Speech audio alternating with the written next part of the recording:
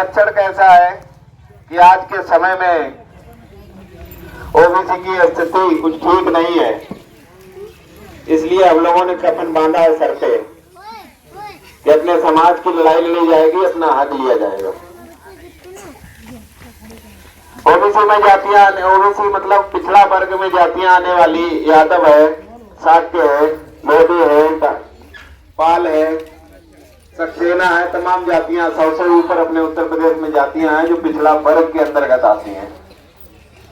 पिछड़ा वर्ग का मतलब समझते हैं आपकी हमारी आबादी देश में तो है 60 से 65%, लेकिन आरक्षण कितना दिया जाता है? जो लोग फॉर्म भरते हैं, जो शिक्षा जुड़े हैं, वो अच्छे जानते हैं कि 60 की जगह पर हमको 27% का आरक्षण दिया जाता है, और जिन लोगों का 5 से 10% है उनको 52% आरक्षण दिया जाता है। उसका कारण क्या है कि बताएं आपको कि अगर घर में 4 कमरे बने हुए हैं, दादा बात सुन लीजिएगा मेरी, कोशिश करेंगे बहुत अच्छे समझाएं कि सबके समझ में आए। अगर घर में 4 कमरे बने हैं, आपके यहाँ 100 लोग आपको दिए जाए कि इन 4 कमरों में रोको, तो 4 कमरों में आप रोक देंगे, लेकिन विभिन्न तरीके से, तो कैसे पता करेंगे कि कौन से कमरे में कितने लोग हैं? गिनती करेंगे, और 100 लोग हैं, 100 रोटी आपको दी जाए कि सबको एक एक रोटी बांट दीजिएगा। सामाजिक का मतलब होता है समान, समान का मतलब होता है समान अधिकार, मतलब सबको एक समान दी जाए। अगर 100 लोग हैं और 100 रोटियां दी जाएंगी तो एक एक रोटी बांट दो। तो पहले तो हम कमरों में चौकीदार या जो भी गेट पर लगेंगे उनको देंगे कि अपने कमरे में बांटो, तो जानकारी देनी पड़ेगी कि इस कमरे में कितने लोग हैं, तो उसके लिए गिनना पड़ेगा बेटा। तो जैसे एक कमरे में अगर 60 लोग हैं तो उस कमरे में 60 रोटियां जानी चाहिए, एक में 5 है उसमें 5 जानी चाहिए, एक में 10 है उसमें 10 जानी चाहिए, एक में 25 है उसमें 25 जितनी में है वो जानी चाहिए, तभी तो एक समान सबको मिलेगा। है कि अब जब गिनेंगे कि उस कमरे में 60 है तो उसमें 60 पहुंचाएंगे, जिसमें 5 है उनमें 5 पहुंचाएंगे, जिसमें 10 है उसमें 10 पहुंचाएंगे, जिसमें 25 है उसमें 25 पहुंचाएंगे। तो इसके लिए आपको गिनना चाहिए भाई। आप अगर 100 में जिसमें 60 है उनको 27 दे देंगे, क्या ऐसा होगा? समान किया गया? न्याय नहीं किया गया। जिसमें 5 से 10 15% लोग हैं उनको 52 दे दी जाएंगे, जिसमें 15 लोग हैं उनको 52 दे दी जाएंगे। तो क्या जिसको 60 की जगह 27 और 15 की जगह 52, तो दुर्व्यवहार किया गया? तो यही चीज है मुख्य। हिंदी बिल्कुल विधिवत तरीके से समझाने की कोशिश कर रहे हैं, सब लोग समझ में आए कि हम लोग जो पिछड़ा वर्ग में जातियां 100 से ऊपर आती है, उनका हिस्सा, उनकी संख्या, उनकी जनसंख्या जो है कम से कम 60 से 62% है, लेकिन उनको नौकरियों में, उनको शिक्षा में, उनको न्यायपालिका में, न्यायपालिका का मतलब जो कोर्ट वगैरह होते हैं, उनको विधायिका का मतलब जो संसद और विधानसभाएं वगैरह होती हैं, उनको मीडिया में जो पत्रकार लोग होते हैं, जो टीवी या यूट्यूब और पेपर पढ़ते हैं, इनमें सब में अगर 60% है तो 27% का आरक्षण दिया जाता है। जो 15 है उनको 52% दिया जाता है। अगर 100 वैकेंसी निकली है तो आपको 27 में 100 से ऊपर जातियों को रखा जाएगा, और जो 15 है उनको 52 का दे दिया जाएगा। तो एक समान रखने के लिए अगर 100 वैकेंसी है तो भाई हर जिसका जितना संख्या हो उस हिसाब से दे दो।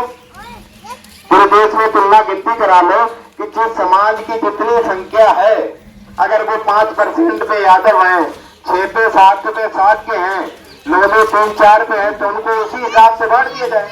ब्राह्मण अगर 3% हैं, ठाकुर अगर 5% पे हैं, बनिया अगर 5-4% पे हैं, जाटव हमारे 2 से 3-4% पे हैं, जो भी परसेंटेज है सारी जातियों को जनगणना करा दी जाए, जो भी परसेंटेज निकले उसी हिसाब से बांट दिया जाए। वही होता है सामाजिक न्याय। जो हमारे संविधान में हम लोग प्रस्तावना पढ़ते हैं, सामाजिक, आर्थिक, राजनीतिक समान न्याय मिलना चाहिए। लेकिन स्थिति कुछ विचित्र है, कुछ बहुत दयनीय है। इसलिए हम लोग ये रथ कम से कम 2.5 साल से लेकर गाँव-गाँव घूम रहे हैं। बिहार आपका राज्य घूम चुके, मध्य प्रदेश घूम चुके, राजस्थान घूम चुके, उत्तर प्रदेश में 26 मई से घूम रहे हैं। अलीगढ़ क्षेत्र, मथुरा क्षेत्र, आगरा क्षेत्र, ये सब निकल चुका है। अपने फरुखाबाद में भी कल से चल रहा है, वो 2 दिन और चलेगा, 4 दिन में कवर नहीं होगा। लेकिन हम चाहते हैं अगर हमने आपको 20-30 लोगों को समझा दी बात, तो ये 30 लोग आगे भी अपनी बात रखें कि हमारे पिछड़ा वर्ग में अगर 60% हमारा है हिस्सा, तो हमें 60% आरक्षण मिलना चाहिए। जो 5% है वो 5 पे रखने चाहिए, जो 20 में उनको 20 पे दो। ये सामाजिक बात होती है, सामाजिक न्याय की। इसलिए जातिगत जनगणना बहुत जरूरी है कि अगर हम 7% पे आते हैं तो हमें अगर वैकेंसी निकल रही है, भर्ती निकल रही है 100 लोगों की निकली, अगर 7% मेरा हिस्सा है तो मुझे 7 हमें मिले। 100 में 7 वैकेंसी मेरी जात के लिए रिजर्व होनी चाहिए। अगर विधायक 100 की जरूरत है, 7 हमारे भी प्रत्याशी होने चाहिए। ये नहीं कि हर जिले में तो ठाकुर मिल रहे, तो यादव मिल रहे, तो ये नहीं, आरक्षण होना चाहिए। अगर हमारा 7 की मेरा संख्या है कि हम 7% हैं, तो अगर लोकसभा में 500 सीटें हैं तो 500 का 7% 35 हो गए, 35 मेरे 7 के समाज से आने चाहिए। अगर यादवों को 7 आए तो 35 उनको दो, अगर 5 पे लोग हैं तो 25 उनको दो। इस टाइम से बंटवारा होना चाहिए, सबको एक समान बैठाना चाहिए। अगर 7 के 20 से आ रहे हैं जीत के, तो 20 में एक कैबिनेट मंत्री हमारा भी होना चाहिए। ये नहीं कि 4 जो लोग सिस्टम पर बैठे हैं उन्होंने अपनी जात के 4 लोग कैबिनेट मंत्री बना लिए, विभागों के अध्यक्ष बना दिए, हमें आपको घंटा पकड़ा दिया कि जाओ कांवड़ यात्रा ढो, बम बम बोले करो। ये चीज नहीं है। आप देखिए इसमें कांवड़ यात्रा चल रही है बहुत दिन से। सिर्फ जो पिछड़ा वर्ग की जातियां आती है, चाहे वो अहिर हो, चाहे वो शाक्य हो, चाहे वो लोधे हो, चाहे वो पाल हो, चाहे सक्सेना हो, चाहे जो जातियों के लोग कांवड़ ढोते हैं। जो उच्च वर्ग के लोग हैं वो कांवड़ नहीं देते, वो अपने बच्चों को IAS बनाते हैं, जज बनाते हैं, डॉक्टर बनाते हैं, और जो खेल के बारे में जानते नहीं उनको अध्यक्ष बनाते हैं और विधायक मंत्री बनाते हैं। विधायक मंत्रियों के बच्चे विदेशों में यूनिवर्सिटियों में पढ़ रहे हैं, हमारे बच्चे गांव की स्कूलों की स्थिति देख लीजिएगा। तो एक समान करना चाहिए। अगर हमारे बच्चे गवर्नमेंट स्कूल में पढ़ रहे हैं तो उनके भी, अगर सारे गवर्नमेंट सिस्टम करना है तो प्राइवेट खत्म करो, अगर प्राइवेट करना है तो जो प्राइवेट उनमें सुविधाएं वो इनमें भी करो। आपके बच्चे यूनिवर्सिटियों में पढ़ रहे हैं, विश्वविद्यालयों पढ़ रहे हैं, विदेशों में पढ़ रहे हैं, मेरे बच्चे क्यों नहीं जा पा रहे? हमारे पास इतनी सुविधाएं नहीं है और सुविधाएं होने में समय नहीं लगेगा। क्यों नहीं लगेगा? अगर हम 60% अपना आरक्षण लेंगे तो बहुत कुछ बदल जाएगा। ये लोग वो 5% है, ये 60% राज्य कर रहे हैं, वो 5 पे आराम से नीचे निकल के आ जाएंगे और हमें आरक्षण मिलेगा। अगर 100 की वैकेंसी निकली, 60 हमारे लोग जाएंगे, उसमें भी अगर 7, 6, 5% जो है आपके हमारे अपनी आपकी जाति के आएंगे, मेरी जाति के आएंगे, इनकी जाति के आएंगे, तो उनके घरों में दीपक जलेंगे। अगर एक घर में एक नौकरी लग जाती है तो जो पीला दीपक जलता था मेट्रिक बिल, वो CFL बल्ब में तो बदल जाएगा। और जिनके यहाँ विधायक सांसद हो जाते हैं वो तो मर्सिडीजों में चले जाते हैं। लेकिन हम मर्सिडीज नहीं देना चाहते, हम चाहते हैं हमारे घर में रोशनी अच्छी हो जाए। अब वो जगह होगी जब अपना न्याय ले लेंगे। दूसरी बात एक और, विश्वविद्यालयों की स्थिति इसमें क्या है मालूम? हम आप बच्चों को पढ़ा नहीं पाते, जबकि सुविधाएं ऐसी होनी चाहिए कि बच्चे जहां उनके पढ़ रहे हैं हमारे आपकी भी पढ़नी चाहिए। कारण क्या है? बनारस विश्वविद्यालय जो BHU के नाम से है, बनारस हिंदू यूनिवर्सिटी, जो बनारस विश्वविद्यालय बोला जाता, बनारस हिंदू विश्वविद्यालय बोला जाता है, उसका अभी डाटा कलेक्ट किया गया है कि जो पिछड़ा वर्ग आता है उनके लिए 29 छात्रावास बने हुए। छात्रावास का मतलब हॉस्टल बने हुए हैं। हॉस्टल का मतलब 4187 कमरे बने हुए हैं, जिनमें हमारे आपके पिछड़ा वर्ग के बच्चे रहेंगे फ्री ऑफ कॉस्ट। ये बच्चा पढ़ाई में भी वहां में फ्री पढ़ता है, पैसा नहीं लगता है। मेन चीज क्या होती है मालूम? हम बच्चों को अपने कहीं भी पढ़ा सकते हैं, लेकिन रहने और खाने पीने की दिक्कत हो जाती है, वो नहीं मिल पाते हैं। ये बात है। अगर एक बच्चा आपका बनारस पढ़ने जाए 3000 रुपए महीने उसको कमरे खर्चा चाहिए और 3-4 हजार खाना पीना में चला जाएगा। और फिर विद्यालय से अगर थोड़ी दूरी कमरा लेगा तो आने जाने का भी खर्चा चला जाएगा। तो लगे 8 से 10 हजार ये होना चाहिए। वही हमारे बच्चों को वंचित कर देता है शिक्षा से। तो उन 4187 कमरों में एक भी बैकवर्ड पिछड़ा वर्ग का बच्चा नहीं रह रहा, उनमें वही लोग ऐसा कर रहे हैं। हमारे बच्चे अगर 41-87 कमरे हैं, एक कमरे में 2 भी मान लो तो लगभग 8400 बच्चे होने चाहिए हर साल। और 84 का अगर 2000 भी कमरे बच्चा दे रहा है और फिर खाना खर्चा आप रेशियो लगा लीजिए किस स्थिति पे आप हैं। आपको कितना दबाया जा रहा है, जो एक विश्वविद्यालय की बात है। और जो भाई हमारे ग्रेजुएशन कर रहे हैं उनको मालूम है कि यूनिवर्सिटियां विश्वविद्यालय हमारे कितने हैं। जैसे कानपुर में छत्रपति शिवाजी महाराज, ये तमाम यूनिवर्सिटियां, सब में यही स्थिति है। और सब में अगर हम अपनी लड़ाई अपनी बात रखें, अपना जवाब मांगे तो सब में मेरे बच्चे पढ़ने लायक हैं, वो सुविधाएं हैं मेरे पास भी। हमारा बच्चा भी सिर्फ एग्जाम क्वालिफाई करे, उनमें रहने खाने पीने सुविधाएं सब फ्री हैं। आज आप न्यूज देखते हैं कि गरीब का बच्चा वो IAS बन गया, एक न्यूज वायरल कर दी गई। उस पर हम आप क्या कहते थे, अरे गांव में भी बच्चा पढ़ के मेरा IAS कंपटीशन क्वालिफाई कर सकता है, पढ़ने वाला बच्चा। कहावत यही गांव कहते हैं कि गांव में भी रह के पढ़ने वाला बच्चा पढ़ सकता है। ऐसा नहीं, उसको पढ़ने वाले बच्चे को सुविधाएं चाहिए, उसको वातावरण चाहिए। बच्चे का विकास 2 तरीके से होता है, वंशानुक्रम और वातावरण। वंशानुक्रम का मतलब मम्मी पापा कैसे हो। अगर मम्मी पापा पढ़े लिखे नहीं भी है और वातावरण बच्चे को दे दिया जाएगा तो बच्चा वो भी सक्सेस हो जाएगा, शिक्षित हो जाएगा और एजुकेटेड और क्या नाम सर्विस में भी पहुंच जाएगा। मुख्य चीज वातावरण की होती है। अगर विश्वविद्यालय कॉलेज में बच्चा रहेगा तो वहां हर समय पढ़ने वाले बच्चों के बीच रहेगा, मास्टरों के बीच रहेगा, किताबों के अंदर रहेगा, तो बच्चे के माइंड में क्या रहेगा, शिक्षा। अगर आप मंदिर के आसपास रखोगे तो बच्चा क्या कहेगा कि सुबह उठ के सबसे पहले हम झाड़ू लगाएंगे, हो सकता है भगवान हमारी तरफ नजर कर दें। ऐसा नहीं है। अगर पूजा करनी है तो किताबों की पूजा करिएगा, बच्चों को सिखाइए। घर में अगर मूर्ति मत रखो, किताबें रखो।